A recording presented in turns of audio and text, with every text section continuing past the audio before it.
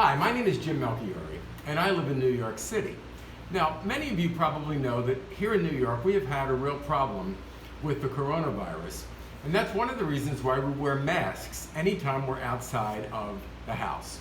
Now, I'm at home right now, so I'm going to take my mask off so that we can read a story about John Lewis. You know who John Lewis is? John Lewis is a congressman from Atlanta. He is also a person who was a real hero of the civil rights movement when he was still a teenager. Another thing you might not know about John Lewis is that he went to college in Nashville, where you live. John Lewis truly is a hero, and his book is called Walking with the Wind, and we're going to read a little bit from this book today. I had the opportunity to interview John Lewis many years ago because I work as a television reporter and as a video producer. This book is called Walking with the Wind, a memoir of the movement by John Lewis with Michael D'Orso, and it was published by Simon & Schuster. We're reading a section where John Lewis remembers something that happened to him when he was only 4 years old, living on a farm in Alabama. Let's read.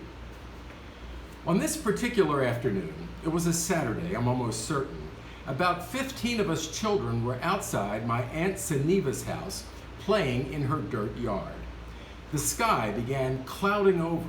The wind started picking up. Lightning flashed far off in the distance, and suddenly I wasn't thinking about playing anymore. I was terrified.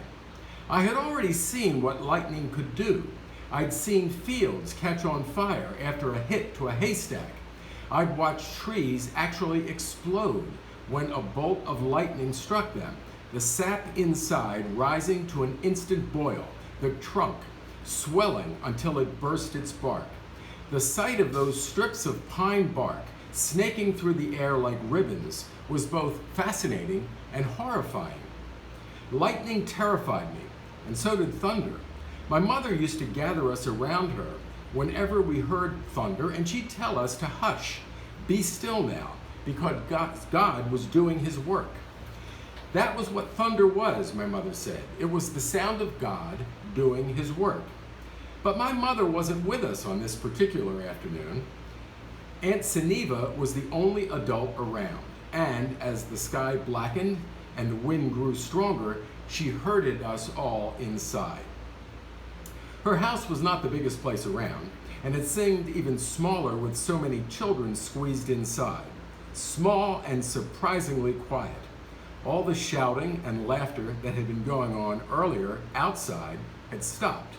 The wind was howling now, and the house was starting to shake. We were scared. Even Aunt Seneva was scared. And then it got worse. Now the house was beginning to sway. The wood plank flooring beneath us began to bend, and then a corner of the room started lifting up. I couldn't believe what I was seeing. None of us could. This storm was actually pulling the house toward the sky with us inside it. That was when Aunt Seneva told us to clasp hands. Line up and hold hands, she said, and we did as we were told. Then she had us walk as a group toward the corner of the room that was rising.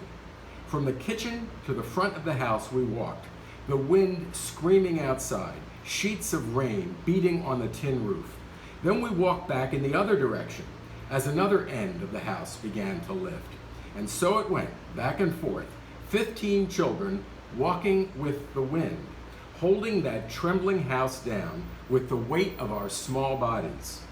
More than half a century has passed since that day, and it has struck me more than once over those years that our society is not unlike the children in that house, rocked again and again by the winds of one storm or another, the walls around us seeming at times as if they might fall apart.